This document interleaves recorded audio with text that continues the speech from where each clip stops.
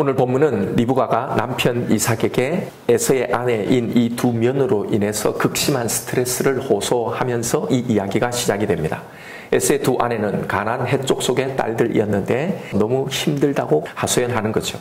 그러면서 만약 야곱도 이곳 가나안 여자들과 결혼하면 내가 어떻게 살겠냐고 한탄을 합니다. 이에 이삭은 야곱을 불러서 너는 가나안 사람과 결혼하지 말고 밧단 아람으로 가서 외삼촌의 딸과 결혼하라고 당부하며 그를 밧단 아람으로 야곱을 보냅니다. 그런데 이걸 본 에서가 아차 싶은 거죠. 가나안 여인들인 자신의 아내들이 부모에게 인정을 받지 못하는 것 같고, 안 그래도 장자의 축복도 받지 못했는데 이러다가 영 장자의 지위에서 완전히 밀려나는 것 아닌가 하는 염려가 막 생긴 겁니다. 그래서 에서는 이삭과 리브가의 마음을 돌릴 자기 나름의 해결책을 찾아냅니다. 부모님이 가나안 여인을 안 좋아하는 걸 보고 이번에는 큰 아버지인 이스마엘의 딸과 결혼을 한 거예요. 자, 이 결혼의 결과는 어떠했을까요? 아쉽게도 이 결혼에 대한 이삭과 리브가의 반응은 나오지 않습니다. 그리고 에서의 이야기도 야곱이 다시 가나안으로 돌아올 때 잠시 만나는 것 외에는 더 이상 이제 성경에 등장하지 않고 에서는 사라지게 됩니다. 과연 에서의 결혼 이야기는 성경에 왜 등장하고 있는 걸까요? 왜 이걸 기록해 놓았을까요? 사실 그는 가나안 여인과 결혼하든 나중에 이스마엘의 딸과 결혼하든 사실은 이 결과는 바뀌지 않습니다. 결국 에서가 아니라 야곱이 복을 받는다는 이 결론에는 아무런 영향도 미치지 못합니다. 그런데 왜 에서의 결혼 이야기를 여기에 기록해 놓았을까 하는 겁니다. 무엇을 위해서요? 왜 이런 질문을 던지냐면 에서의 결혼 이야기, 특히 에서의 결혼에 대한 이 이삭과 리브가의 이 반응은 여기에만 나오는 것이 아니라는 사실 때문입니다. 오늘 본문과 함께 앞에 26장에도 동일한 이야기가 나옵니다. 26장 끝부분인 이 34절을 한번 보십시오. 에서가 40세의 헷족 속 부리엘의 딸 유딕과 헷족 속 엘론의 딸 바스맛을 아내로 맞이하였더니 그들이 이삭과 리브가의 마음에 근심이 되었더라. 왜 저자는 에서의 이 결혼에 대한 이야기를 이렇게 반복해서 등장시키고 있을까 하는 겁니다. 우리는 여기서 이 이야기가 단순한 반복이 아니라 저자의 의도된 설정이라는 걸 알아차려야 합니다. 왜냐하면 조금만 이 이야기를 더 유심히 보면 에서의 결혼 이야기는 매우 특이하게 배치되어 있다는 걸 발견하게 됩니다. 이 에서의 결혼 이야기들은 27장 이 이야기를 앞뒤 양쪽으로 감싸고 있는 구조입니다. 27장이 에서가 장자의 축복을 잃어버리는 이 이야기 아닙니까? 그 바로 앞에 방금 읽은 26장에 이 이야기가 나오고, 그리고 에서가 장자의 이 축복을 잃어버리는 27장, 그 다음에 오늘 본문 끝에 27장 끝에 다시 에서가 자신의 결혼을 만회해 보려고 이스마엘의 딸과 결혼하는 이 이야기로 마무리되는 이 구조입니다. 그러니까 즉 에서의 결혼 이야기가 에서가 장자의 축복을 상실하는 이 27장 이야기의 처음과 끝을 감싸고 있는 이 구조라는 겁니다. 왜 저자는 에서의 결혼 이야기를 그가 축복을 빼앗긴 이 이야기 양끝에 배치하고 있을까요? 이건 에서의 결혼 문제가 단순히 고부간의 갈등의 문제가 아니라 뭔가 메시지를, 영적인 메시지를 내포하고 있다는 걸 암시해주고 있습니다. 그렇다면 저자는 이걸 통해 우리에게 무슨 메시지를 전달하고 있는 걸까 하는 겁니다. 그건 다름이 아니라 에서가 왜 하나님의 축복을 받지 못했는지 그 이유를 보여주려는 거예요. 여러분, 성경은 에서가 버림받을 운명이었기에 그래서 자신이 아무리 잘 살려고 해도 그렇게 살 수밖에 없었다고 말하지 않습니다. 인간은 정해진 그 운명대로, 그렇게 프로그램된 대로, 예정된 대로 살아가는 로봇이 아니라고 했습니다. 에서는 정해진 운명이기에 하는 수 없이 그런 삶을 산 것이 아니고요.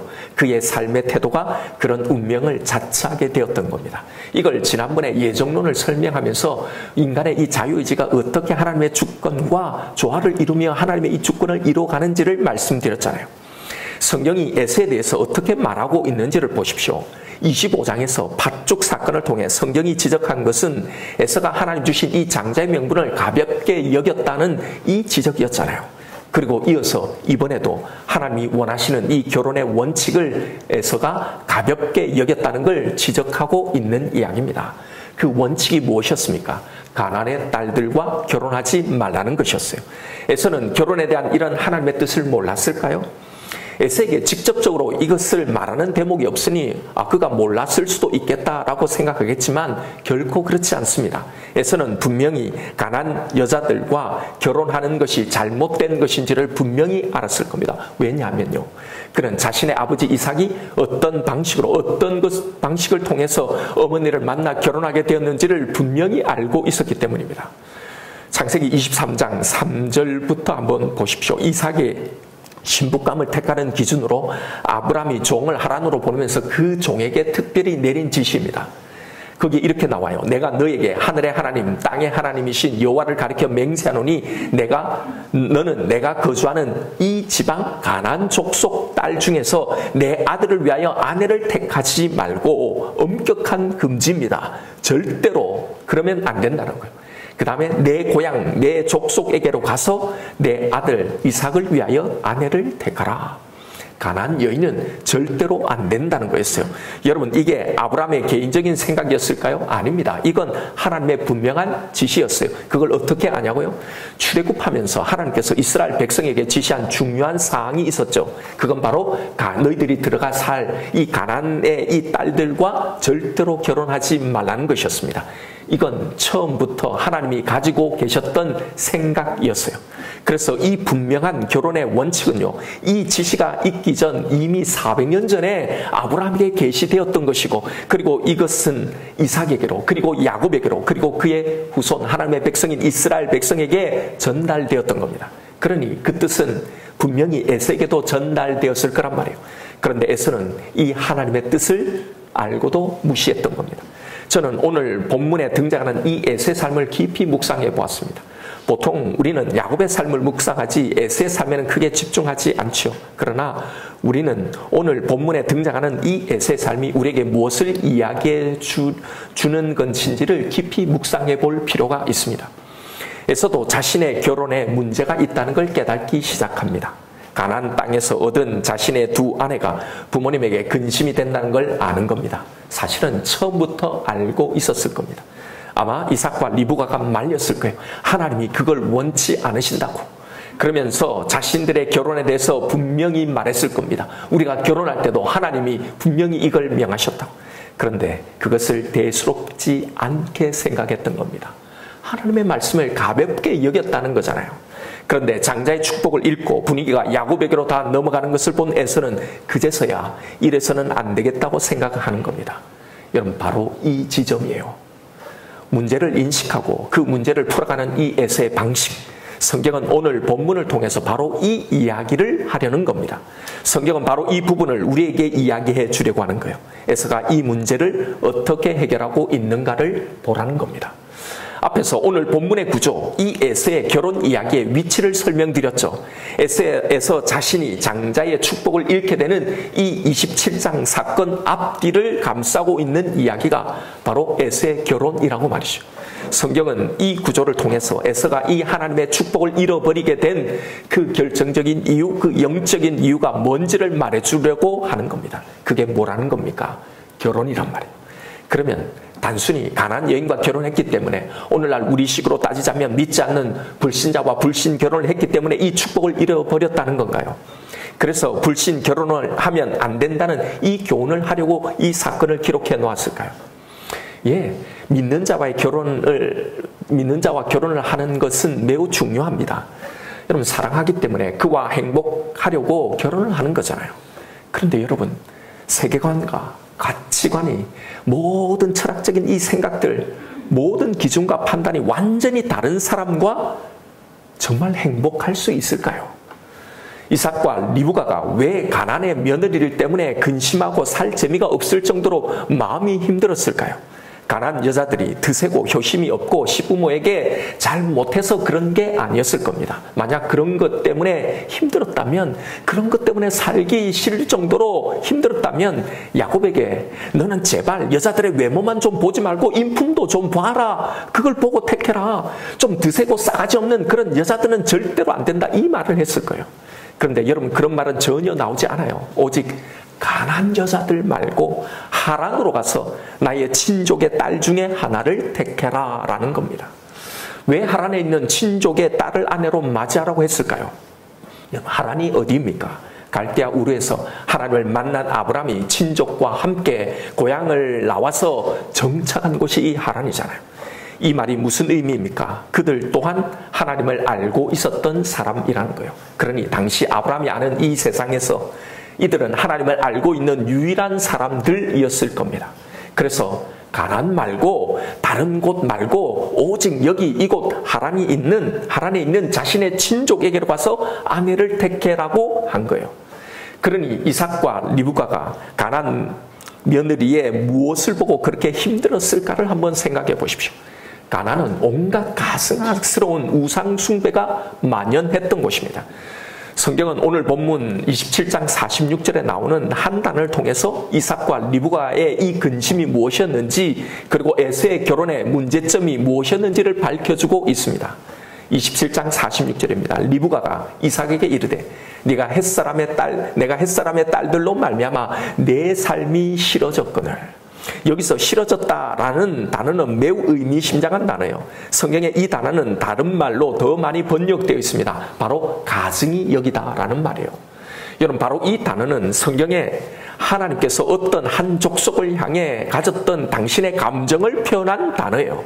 바로 가나안 족속을 향해 가지셨던 당신의 감정을 표현하신 단어가 바로 이 구츠, 가증히 여기다라는 단어입니다.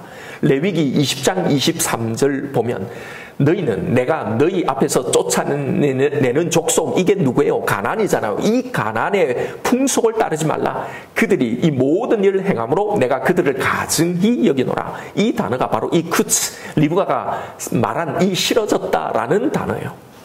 하나님께서 출애굽한 이스라엘 백성에게 약속의 땅 가나안에 들어가면 절대로 가나안의 딸들과 결혼하지 말라고 하신 그 이유를 누누이 밝히셨습니다. 출애굽기 34장 15절부터 보면 너는 삼가 그 땅의 주민과 언약을 세우지 말지니 이는 그들이 모든 신을 음란히 섬기며 그들의 신들에게 제물을 드리고 너를 청하면 네가 그 제물을 먹을까 함이며, 또 내가 그들의 딸들을 내 아들들의 아내로 삼음은 그들의 딸들이 그들의 신들을 음란히 섬기며 내 아들에게 그들의 신을 음란히 섬기게 할까 함이니라. 바로 가나안의 딸들이 이스라엘의 아들들로 하여금 가나안의 신들을 섬기게 할 것이기 때문이라는 거예요. 바로 이것이 리브가와 이삭이 근심하였던 것이고, 이것이 에서를 향한 하나님의 근심이었던 겁니다. 저자는 이 단어를 통해서 에서의 결혼의 문제가 무엇이었는지, 왜 에서가 데리고 온 가나안 며느리들을 보면서 이삭과 리브가가 살기가 싫을 정도로 절망을 했는지, 왜 하나님은 그를 당신의 축복에서 제외시킬 수밖에 없었는지 그 이유를 밝혀주고 있는 겁니다. 바로 우상 숭배였던 거예요. 그러니 그녀들의 모든 행동과 가치관이 하나님을 완전히 떠난 이런 가나안의 가증한 우상 숭배들로 가득한 것이었기 때문이에요. 예를 들어서 무슨 일을 하더라도 먼저 점을 본다고 한번 생각해 보십시오. 어떤 일이 있을 때마다 음식을 차려놓고 먼저 우상들에게 기도한다고 한번 생각해 보십시오. 이런 모습을 보는 것이 하나님을 믿는 사람들에게는 너무나 괴로운 겁니다. 그리고 그런 아내들에 둘러싸여 그들과 동화되어 살아가는 아들 이 에서, 그리고 그의 손주들을 본다고 한번 생각해 보십시오. 믿는 부모는 괴로운 거죠. 그런 삶, 그런 인생 속에는 하나님의 복이 없으니 말입니다. 그런데 정작 에서는 이걸 전혀 모른다는 사실이에요. 아니, 사실 알기는 알죠. 그런데 그게 뭐 그렇게 중요하냐? 그걸 대수롭지 않게, 전혀 중요하지 않게 여긴 거예요. 여러분, 바로 이걸 말하는 겁니다. 하나님의 말씀을 전혀 대수롭지 않게 무시하며 가볍게 여기며 살아가는 삶, 바로 이것이 에서가 이 장자의 축복, 하나님의 구원을 잃어버린 그 이유라는 겁니다. 제가 잘 보는 TV 예능 프로그램이 있어요. 나는 솔로라는 이 프로그램입니다. 남녀가 짝을 찾는 연애 프로그램이에요. 여러분은 뭐 거룩해서 잘 안 보시겠지만, 제가 이 프로그램을 처음 보게 된 이유는 어느 날 무심코 유튜브를 떠오는데 이 짤이 뜨는 거예요. 이 자동 막 재생이 되잖아요. 딱 봤는데 30대 후반에서 40대 정도의 출연자들이었어요. 아마 그 회차가 그랬던 것 같아요. 딱 우리 결혼하지 않는 이 푸른 목장 그 연령대잖아요. 자, 그래서 제가 이 나이대에 있는 분들은 이제 연애관이 과연 어떤지, 어떤 생각과 어떤 가치를 가지고 이 결혼 문제를 대하는지 관심이 갔죠.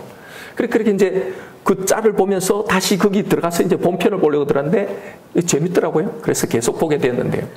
자, 그런데 문제는 여기에 가끔 등장하는 기독교인 출연자들이 있는 겁니다. 꽤 열심히 믿는 사람들 같아요. 심지어는 촬영 중에 주일 예배도 가기도 하고 혹은 새벽 기도 예배를 다녀오기도 하는 사람들이 있더라고요. 그러니까 얼마나 사실은 거기에 나와서 자기가 크리스찬이라는 걸 밝히고 이럴 정도면 그래도 그저 굉장히 보통 신앙은 아니겠죠. 그런데 전 이게 의문이었던 거예요. 아니 저렇게 믿음이 좋게 보이는 좋은 기독교인이라는 걸 자신이 밝힐 정도의 이 신앙인이 왜 여기서 짝을 찾으러 나왔을까 하는 점입니다. 그런데 더 놀라운 건요. 분명히 신앙이 좋은 것 같은데 자신은 정말 잘 믿는 것 같은데 정작 배우자의 조건에는 안 믿어도 상관없다라고 말하는 그 대목이었어요.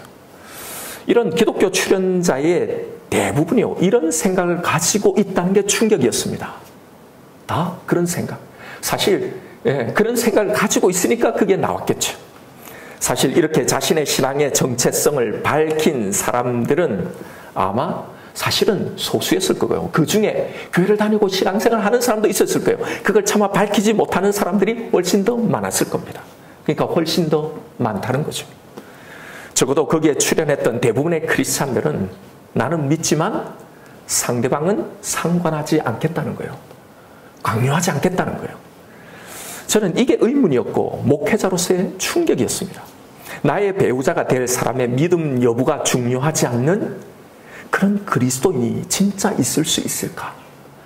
예수 그리스도의 십자가를 믿고 하나님의 이 복음, 이것을 믿는 사람, 영원한 그 천국을 믿는 사람이 자신의 배우자가 될 이 사람이 교회를 안 다녀도 전혀 문제가 되지 않는 이런 그리스도인들이 있을 수 있을까 하는 겁니다. 물론 속으로 일단 사귀고 일단 결혼한 다음에 내가 믿겠다는 이런 보관이 있는지 모르겠죠. 그러나 사실 여러분 그것만큼 무지한 생각이 없다는 걸, 온전한 성도라면 이런 보관이 얼마나 쓸모없다는 걸 다 알 텐데 말입니다. 우리는 자신 하나도, 내 자신 하나로도 어떻게 할 수 없는 존재라는 걸 말입니다. 이걸 보면서 드는 첫 번째 걱정은 이런 결혼의 기준들이요, 다른 크리스찬들, 이 청년들에게 일반적인 추세로 인식이 될까 봐 걱정이었어요. 요즘 청년들은 이렇게 믿고 있는가라는 걱정이 드는 거예요. 또 반대로 믿지 않는 사람들이 크리스찬들을 보며, 저런 신앙을 가지고 있는 사람들을 보며 크리스찬들의 결혼관이 이렇다라고 생각할까 봐 말입니다. 그래서 이렇게 해도 되는구나 라고 생각하기도 하고, 혹은 그렇게 하는 사람들에게 다들 안 믿어도 상관이 없다는데 왜 너만 유독 그러느냐라는 이 인식들이 자연스럽게 생길 것 같은 염려들이 생기는 거예요. 과연 이 기독교인들의 이 신앙을 어떻게 볼까? 아마 그 사람들은 이 기독교인을 하면 꽉 막힌 이런 것들을 좀 타파해 보려고 하는 그런 생각을 가지고 있는지도 모르죠. 여러분, 냉정하게 말씀드리면 그건 전혀 믿지 않는 겁니다. 믿지 않기 때문에 그럴 수 있는 겁니다. 온전히 복음을, 구원을, 성경을 이해하고 믿고 있다면요, 이런 데서 자신의 평생의 신앙의 동지를 찾는 것 자체가 넌센스고 결혼하지 못할지언정 출연하지도 않을 거고 그런 관점을 가지고 배우자를 찾지도 않을 겁니다. 미혼인분들에겐 대단히 미안한 말이지만 여러분, 결혼이 중요한 것이 아닙니다. 우리의 구원과 우리의 신앙에서 결혼 자체가 중요한 게 아니에요. 우리가 하나님 안에서 정말로 하나님 주신 이 행복한 삶을 살아가는 것, 이게 중요한 겁니다. 세상을 바라보는 관점, 세상 속에서 우리가 추구하는 그 가치관과 물질관, 이런 인간관, 이 모든 것들이요, 이 모든 것이 전혀 다른 사람, 맞지 않는 사람과 과연 정말 행복할 수 있을까 말입니다. 그건 차라리 결혼하지 않는 것이 더 낫습니다. 전혀 행복할 수가 없습니다.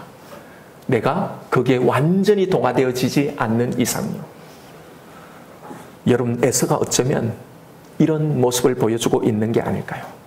여러분, 제가 드리는 이 말씀을 오해하지 않았으면 좋겠습니다. 지금 제가 말씀드리는 이걸, 오늘 본문의 이 에서의 결혼 이야기를 단순히 불신 결혼의 문제만으로 생각하고 넘어가면 안 됩니다. 에서에게는 이것이 불신 결혼으로 가나안 여인과의 결혼 문제로 나타났지만 이것의 핵심은요, 하나님의 말씀을 가볍게 여긴 이 불신을 여기서 상징해 놓고 있는 겁니다. 결국 이 신앙의 태도, 삶의 태도가 하나님의 뜻에 반하는 이 가나안의 여인과의 결혼으로, 그리고 장자권을 가볍게 여긴 이 밧죽 사건으로 이렇게 드러난 거잖아요. 그리고 바로 오늘 사건으로요. 그러니 이런 신앙은 결국 모든 문제들 속에 하나님의 생각, 그의 말씀, 그의 뜻, 이게 뭔지는 알지만 그러나 언제나 그는 자신의 선택에 그것이 자신의 선택에 아무런 영향을 미치지 못한다는 겁니다. 다 알아요. 그게 뭔지를 알아요. 배웠으니까. 들었으니까. 그런데 아무리 알고 알아도 그것이 자신이 하는 이 선택에 아무런 영향을 미치지 못하는 겁니다. 그리고 언제나 항상 내가 원하는 걸 선택하며 살아가게 되는 겁니다. 바로 이걸 말하는 겁니다. 그가 이 하나님의 축복을 잃어버리게 된 그 이유, 그는 모든 선택, 모든 삶을 이렇게 살아갔기 때문이라는 겁니다. 여러분, 이런 모습은 우리에게도 있습니다. 에서도 하나님을 알고 있었고요, 하나님을 믿고 있었습니다. 그에게도 신앙이 있었단 말입니다. 성경은 에서는 하나님을 전혀 알지도 전혀 믿지도 못하는 사람, 그리고 야곱은 하나님을 믿는 사람, 이렇게 대조해 놓고 있는 게 아닙니다. 에서는 교회 안 다니는 사람이고 야곱은 교회 다니는 사람은 이걸 상징하고 있는 게 아니에요. 에서도 하나님을 알았어요. 믿었어요. 오늘날로 말하면 교회를 다니는 사람이에요. 크리스찬이란 말입니다. 그도 가난한 여자들과 결혼하지 말라는 하나님의 뜻도 알고 있었습니다. 그런데 그렇게 아는 것이 실상은 자신의 삶에 아무런 영향을 미치지 못하고 있었던 겁니다. 이건 사실은 하나님을 알지도 믿지도 않는다는 걸 말하려는 거예요. 이런 신앙이란 아직 신앙이라고 할 수 없다는 걸 말하려는 겁니다. 여러분, 우리도 이렇게 신앙생활 할 수 있다는 걸 말해주고 있는 겁니다. 하나님의 뜻을 다 알아요. 지금 이 문제 속에 내가 어떻게 반응해야 하고 어떤 선택을 해야 하는지를 다 압니다. 그런데 그것이 실상은 우리 안에 너무나 미약한 힘으로 존재하고 있는 겁니다. 내 신앙에 그것은 정말로 미약하고 무기력한 힘으로 존재하고 있는 거예요. 그래서 이것이 내 선택과 내 결정에 거의 아무런 영향을 미치지 못하는 겁니다. 잠시는 갈등하고 잠시는 망설이는 것 같지만 그러나 매번 언제나 결론은 결국 내가 원하는 걸 선택하는 것을 하는 것으로 가는 거예요. 여러분, 성경이 보여주고 있는 신자인 이 에서를 잘 묵상해 보세요. 이것이 지금 나의 모습이 아닌지 말입니다. 이렇게 에서의 길을 가려는 우리에게 이 말씀을 하고 계신 겁니다. 에서의 신앙은 하나님을 믿는 것이 아니라고, 이것으로는 결코 하나님의 축복을 경험할 수 없다고, 이건 신앙이 아니라고 말입니다. 그런데 이런 에서의 신앙을, 이런 모습을 왜 우리는 금방 분명하게 분별해내지 못할까요? 이런 에서의 신앙을 착각하게 만드는 그 지점이 있기 때문입니다. 이런 에서들도 나름의 신앙적인 방법, 이 문제를 해결할 그 해법을 찾는다는 점 때문입니다. 지금 이 이야기에서 에서가 취하고 있는 이 해법을 잘 보세요. 그도 자신의 결혼에 문제가 있다는 걸 분명히 압니다. 그래서 그도 이 문제를 해결하려고 이걸 고쳐보려고 하는 거예요. 그런데 그가 취하고 있는 이 해법이 뭔지를 보라는 거예요. 그는 부모님이 가나안 여자를 싫어하니까 그럼 이번엔 삼촌 이스마엘의 딸을 아내로 맞이하면 될 거라고 생각했던 겁니다. 그게 그가 찾아간 해법이에요. 이스마엘도 자신의 친족이니까, 자신의 큰아버지니까, 어머니 아버지가 친족이 아닌 가나안 여자들이라서 힘들어하시는 것이니 그럼 이번엔 친족 중에서 아내를 데려오면 될 거라고 생각했던 겁니다. 분명 이스마엘은 할아버지 아브라함의 아들이고 아버지의 형이니 친족 중에 친족이죠. 그러면 되는 것 아닌가요? 그것도 좋은 방법 아닙니까? 그런데 여러분, 성경이 들려주는 이 아브라함의 이야기에서 이 이스마엘이 뭘 상징하고 있는 인물인가요? 이스마엘은 하나님의 방법이 아닌 인간적인 방법을 상징하는 인물이잖아요. 그로 인해서 하나님의 약속에서 제외되어 쫓겨난 인물이잖아요. 물론 그래도 아브라함의 후손이니 라반의 딸들과 별반 다를 것이 없지 않는가라고 생각할 수 있겠지만 그러나 성경이 주목하고 있는 것은 에서의 이 마음입니다. 과연 에서는 무엇을 목적으로 이 일을 행하고 있는가 하는 겁니다. 이 해법이 무슨 의도에서 나왔는가 하는 거예요. 에서의 목적은요, 이삭과 리브가의 근심을 풀어드리는 것, 이게 1차적이지 않습니다. 28장 6절을 보십시오. 에서가 본즉, 에서가 보았어요. 이삭이 야곱에게 축복하고 그를 밧단 아람으로 보내어 거기서 아내를 맞이하게 하였고 또 그에게 축복하고 명하기를 너는 가나안 사람의 딸들 중에서 아내를 맞이하지 말라 하였고, 여기서 계속 축복을 이야기하죠. 에서가 본 것이 무엇이었습니까? 야곱에게 해준 그 축복입니다. 부모가 기뻐하는 결혼의 기준, 하나님이 원하시는 그 삶이 아니었습니다. 자신이 빼앗겼던 바로 이 축복이에요. 그리고 8절에 에서가 또 본즉 가나안 사람의 딸들이 그의 아버지 이삭을 기쁘게 하지 못하는지라. 왜 에서의 관심이 아버지 이삭에게만 있었을까요? 동생과 짜고 자신을 속인 어머니 리브가에 대한 불편한 심기도 포함되어 있겠지만, 그래서 어머니가 어떻게 생각하든 이제 어머니를 신경 안 쓰겠다고 한 것이기도 하겠지만요. 그러나 사실 더 중요한 이유는 아버지에게 바로 이 축복권이 있기 때문입니다. 그의 목적은 어떻게 하면 다시 아버지의 마음을 돌이켜 잃었던 이 장자의 지위와 이 축복을 되찾을까가 목적이었지요. 자신의 삶을 보면서 아파하는 이 부모님의 마음, 이게 아니었던 거예요. 하나님의 마음이 아니었던 겁니다. 그래서 에서는 축복권자인 아버지의 이 환심을 사서 자기도 이 축복의 지분을 얻기 위해서 자신의 방식대로 이 문제를 지금 해결하려고 하는 겁니다. 바로 이것이 하나님의 축복에서 제외된 에서가 삶을 살아가는 그 방식이자 문제를 해결하는 방식이었던 거예요. 성경은 바로 이 에서의 이야기를 통해 하나님의 축복에서 제외된 자의 이 삶의 방식, 그 신앙의 방식이 어떤 것인지를 우리에게 말해주고 있는 겁니다. 에서는 자신이 선택한 결혼이 무엇이 문제였는지 이걸 보지 않습니다. 하나님은 이 사건을 통해서 자신이 왜 이렇게 되었는지를 지금 보여주고 있는데, 이런 삶의 태도를, 이런 신앙을 돌아보며 바꾸라는 것인데, 그래서 이런 아픔, 이런 고통, 때로는 이런 억울함을 우리에게, 이 에서에게 안겨주고 있는데요. 정작 에서는 하나님이 보여주시는 그 원인, 여기에 집중하지 않습니다. 무엇 때문에 부모인 이삭과 리브가가 살 소망이 없을 정도로 그렇게 힘들어하는지에 관심이 없는 겁니다. 그러니 자기의 목적을 위해 자기 생각대로 자기 식으로 문제를 해결하려는 겁니다. 뭘 위해서요? 지금 이 분하고 원통한 이 문제를 해결하기 위해서요. 오직 지금 불편하고 지금 나를 힘들게 하는 이 문제만 해결되면 되는 겁니다. 그러니 하나님이 말씀하시는 해법으로 이 문제를 해결하려고 하지 않는 거예요. 아예 그걸 보지 못하는 겁니다. 에서의 결혼 생활을 보면서 이삭과 리브가가 가진 근심이 무엇이었습니까? 또한 그를 당신의 축복에서 제외할 수밖에 없었던 하나님의 이 근심이 무엇이었습니까? 이걸 봐야 하는 거예요. 이걸 봐야 하는 거예요.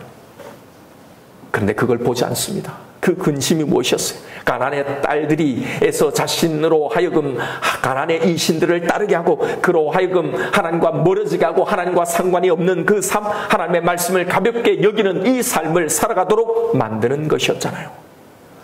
바로 이것이 이삭과 리브가의 근심이었고 이것이 에서를 향한 하나님의 근심이었던 겁니다. 그런데 문제는 에서는 바로 이 문제의 핵심, 바로 이걸 전혀 보지 못하는 겁니다. 자기의 선택, 자기의 결혼에서 무엇이 문제가 되었는지를 정확하게 보지 못하는 거예요. 여기서 이 사건에서 이 지금 환경에서 이 문제에서 뭐가 문제인지를 모르는 겁니다. 그러니 자기 식으로 자기가 생각하는 방식으로 문제를 풀어가는 거예요. 아, 가난한 여자만 아니면 되는 거구나. 그렇다면 이번엔 큰아버지의 딸과 결혼하면 훨씬 더 낫겠구나. 그러면 이 문제는 해결되겠구나 라고 생각하는 거예요. 여러분, 이것이 하나님께서 그렇게 가증히 여기셨던 이스라엘 백성들이 자신의 그 문제를 해결하는 그 방식이었잖아요. 어떻게 해요? 신앙으로. 신앙의 방법으로 해결하는데 이게 하나님이 가증히 여긴 방법이었단 말입니다. 여러분, 사사시대 말기에 사무엘과 다윗이 등장하기 전에 엘리 제사장 때에 이스라엘은 블레셋의 공격으로 큰 패배를 당한 사건이 일어납니다. 그것은 분명히 이스라엘의 불신앙에 대한 하나님의 징계였습니다. 그들이 회개하고 다시 하나님만을 섬기고 하나님만을 의지하도록 하기 위한 하나님의 그 조치, 그 징계였던 거예요.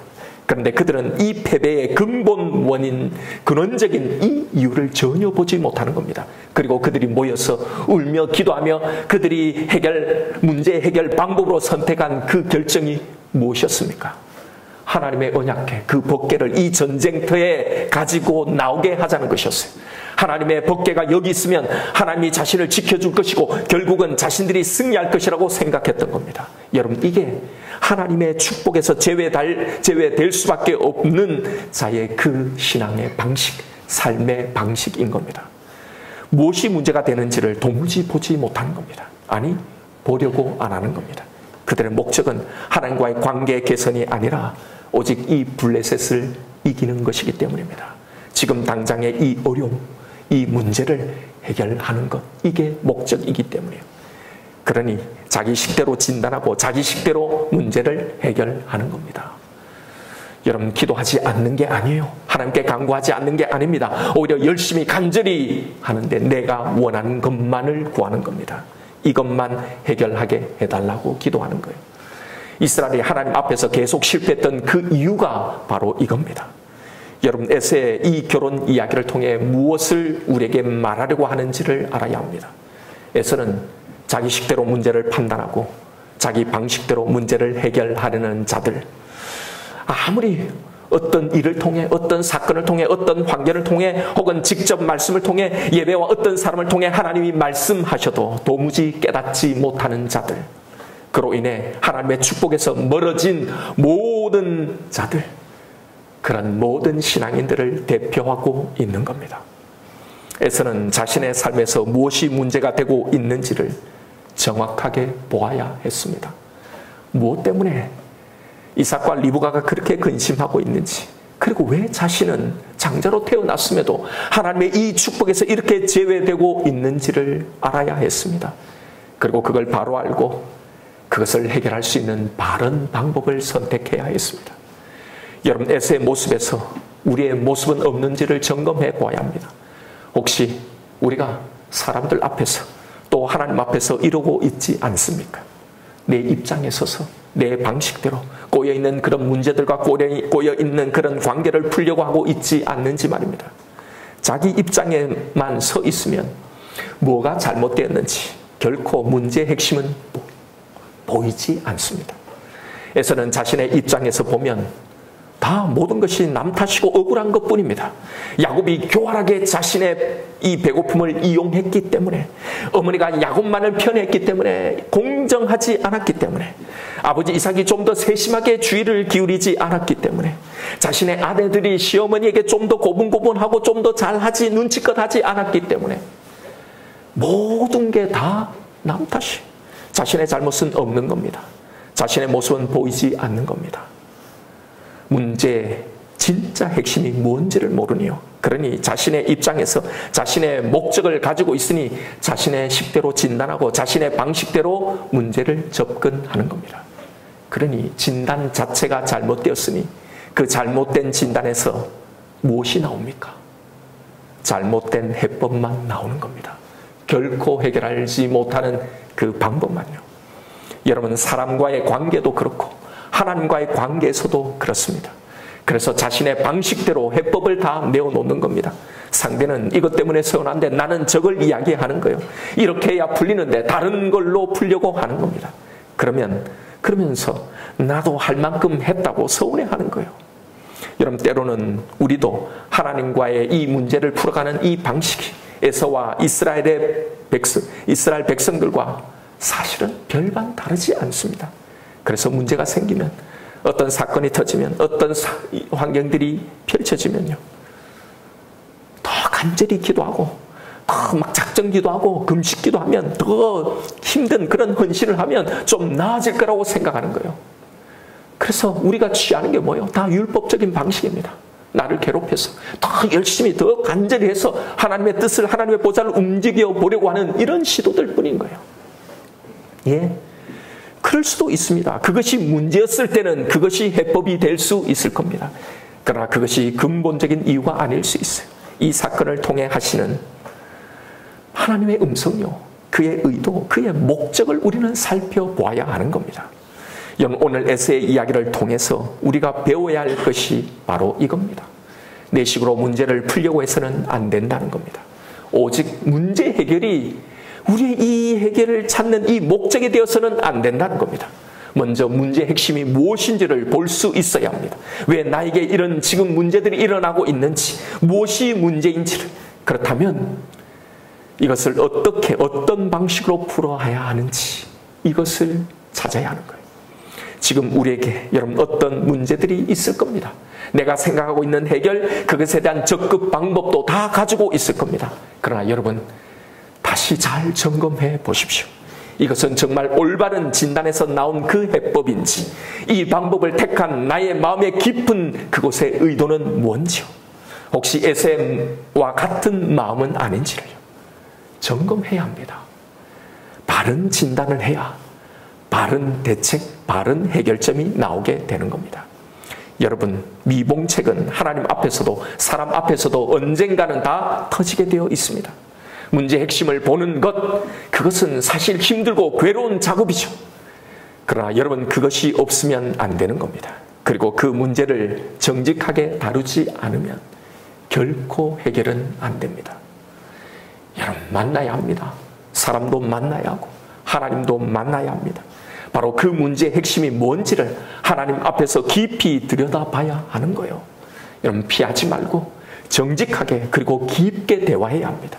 내가 그 사람을 혹은 하나님을 근심케 한 바로 그것, 지금 이 사건의 이 일의 문제가 무엇인지 말입니다. 그래야 내 식들의 해법이 아니라 하나님의 해법이 나오게 되는 거예요. 그러면 해결이 됩니다. 그 해법대로 하면 되는 거예요. 문제 해결은 바로 여기에 있는 거예요. 여러분, 에서가 주는 이 교훈을 기억하십시다. 내가 이미 알고 있는 그 하나님의 뜻, 그 말씀을 절대로 가볍게 여기지 마십시다. 그렇게 할 때만이, 그것을 선택할 때만이 이 축복, 이 평강이 내게 찾아오게 되는 겁니다. 오늘 에서를 통해 나에게 주시는 이 말씀을 붙들고요, 바로 이 점검, 이 기도를 하십시다.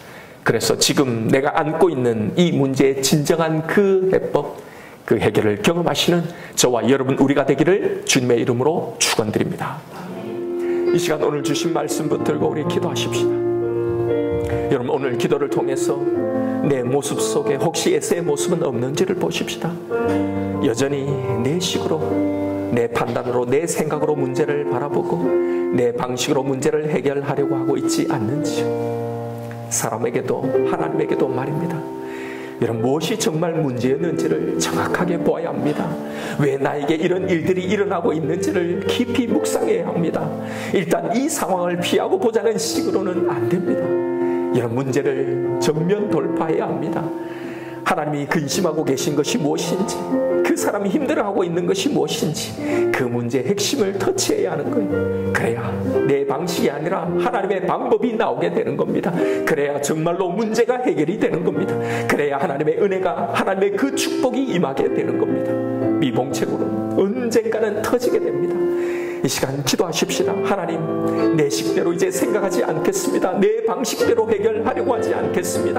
하나님, 당신의 마음, 당신의 생각을 부어주옵소서. 내가 무엇을 해야 할지, 무슨 말을 해야 할지, 어떻게 이 문제에 접근해야 할지, 하나님, 지금 이 문제 속에 나를 향한 주님의 뜻이 이루어지도록 당신의 이 마음과 당신의 생각을 이 시간 내 심령 속에, 내 마음에 부어주옵소서. 하나님, 내가 그것을 순종하며 따라가겠습니다. 이 시간 나에게 주신 말씀이 있을 겁니다. 우리 이 말씀 붙들고 주님 이름 한번 부르며 기도하며 나아가십시다.